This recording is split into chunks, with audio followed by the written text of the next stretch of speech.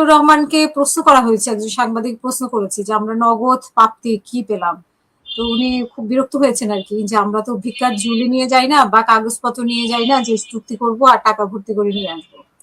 তো বিষয়টা আসলে কি খুব বিব্রতকর নাকি, যে মানে সফর মানে কি টাকা নিয়ে আসা বা নগদে কিছু নিয়ে আসা, এরকম বোঝায় কিনা, মানে রাষ্ট্রবিজ্ঞানের বাসায় কি?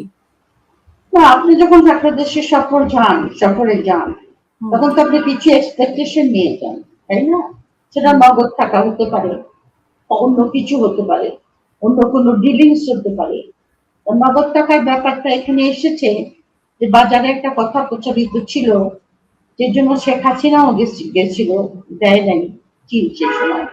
কিন্তু সে সময় যে চীন টাকাটা দেয় নাই, সেটা কিন্তু নট বিকজ হাসিনা গভর্নমেন্টের উপর তারা, চায়নার পলিটিক্যাল ফিলোসফি হলো যে আমরা সব গভর্নমেন্টের সঙ্গেই কাজ করবো, এখানে আদর্শগত ব্যাপার নিয়ে মাথা ঘামানোর আমার কোনো, একমাত্র হুম উগ্রবাদী ছাড়া।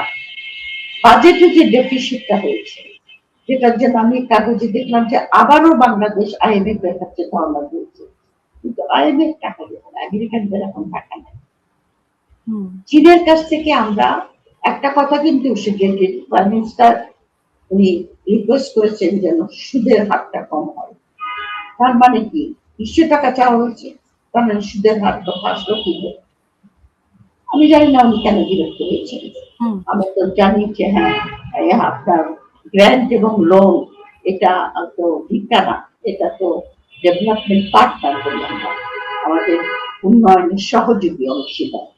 আর তারা আমাদের যে বৃহৎ শক্তি, বৃহৎ টাকা আছে, তাদের আপনার উদ্দেশ্য হলো সেই দেশটাতে প্রভাব বিস্তার করা।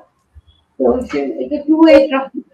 এছাড়াও 24টা বিমানের কথা যে বলা হয়েছে, যে 24টা বিমান, তারপরে সামরিক ক্ষেত্রে সহযোগিতা, বিনিয়োগের সহযোগিতা, বাণিজ্যের সহযোগিতা।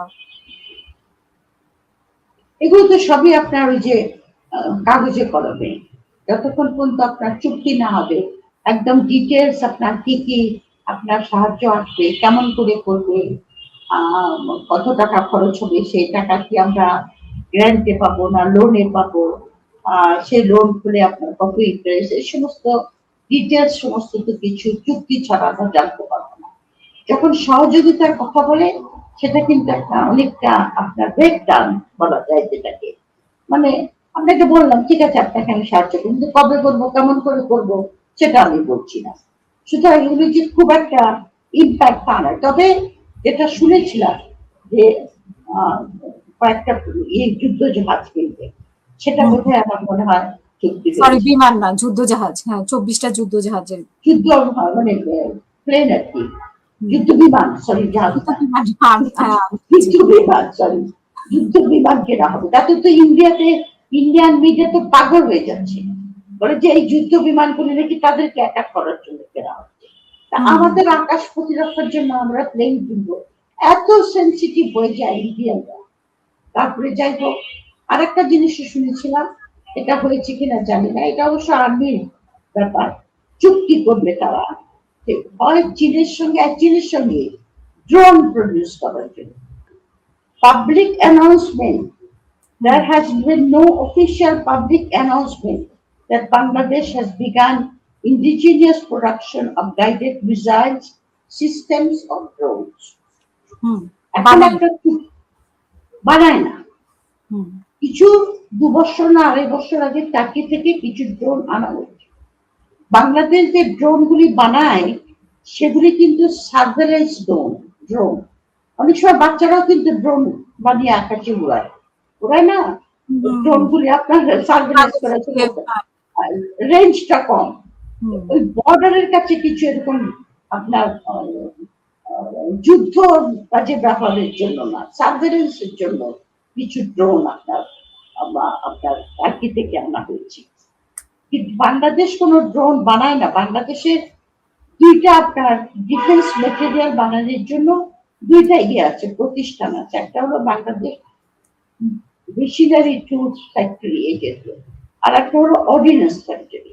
এই দুটাতেই আপনার বানায়, স্মল আর্মস বানায়, এক্সপ্লোসিভ বানায়, অথবা আপনার ওই যে আর্মির যে সমস্ত ট্রাক গুলি আছে ওগুলিকে অ্যাসেম্বল করে, কিন্তু আপনার যুদ্ধের জন্য যে ড্রোন গাইড অথবা গাইডেড মিসাইল এগুলি বাংলাদেশ বানায় না, এটা উনি ভুল বলেছেন। উনি একজন আর্মির লোক, উনি কেমন করে এই কথাটা বললেন যে উনি নিজে চোখে দেখে এসেছেন? হয়তো দেখে আসছে, যেটা টার্কি থেকে 2 বছর আগে আনা হয়েছিল ওইটা দেখে এসেছেন, কিন্তু আমি বলেছি যে বাংলাদেশ আর্মি কোনো ড্রোন বানায় না, এটা ফ্যাক্ট, এটা ফ্যাক্ট। তবে ব্যাপারটা তোমার কথা তো যেটা মনে হয়, it shows that how strong and sensitive interest group our army is, যে তাদের যে আপনার এই যে লেকুনা যেটাকে বলে অথবা দুর্বলতা যেটাকে বলে সেটাকে পয়েন্ট আউট করাটা তো কোনো অসুবিধার ব্যাপার না। কারণ বাংলাদেশ এখন আপনার যেটা নতুন করে আর্মিকে রিঅর্গানাইজ করার চেষ্টা করছে, ফোর্সেস গোল 2023, সেখানে তারা বারবারই বলছে যে আমরা 3টা বাহিনীকে নতুন করে সাজাবো। আমি ওই বক্তব্য বলেছিলাম, পরেও আমি এটা বলেছিলাম যে নিশ্চয়ই আমাদের প্রতিরক্ষা বাহিনী, আমি বিশ্বাস করি অনেকেই করে না, বিশেষ করে যারা আপনার ইন্ডিয়া ছাড়া টিকতে পারবে না বলে ফিলোসফিতে বিশ্বাস করে। আমি মনে করি আমাদের সার্বভৌমত্বের জন্য আমাদের শক্তিশালী প্রতিরক্ষা এবং আমাদের জনগণের মধ্যে ঐক্য দরকার।